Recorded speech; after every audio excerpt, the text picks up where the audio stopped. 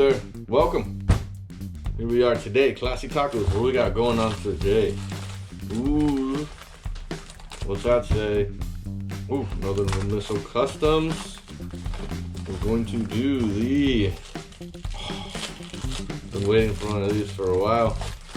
The red TRD start button. Gives you this little tool here.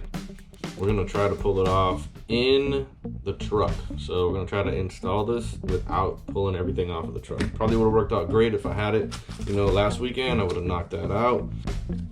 Instructional guide on how to do it, and a pretty sweet air freshener. So pretty awesome, not bad. By the way, shirts are in. Oh yeah, look at that. Nice shirt. All right, guys, let's go take a walk.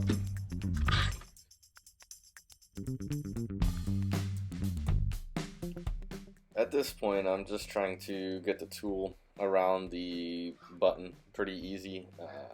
Didn't think it was that difficult. You do have to give it a couple of good pulls. Try to kind of work your way around it, and it should come off pretty easy. Oh, just like that. Good. Let me go ahead. Pop this back on. That's your index. 12 up.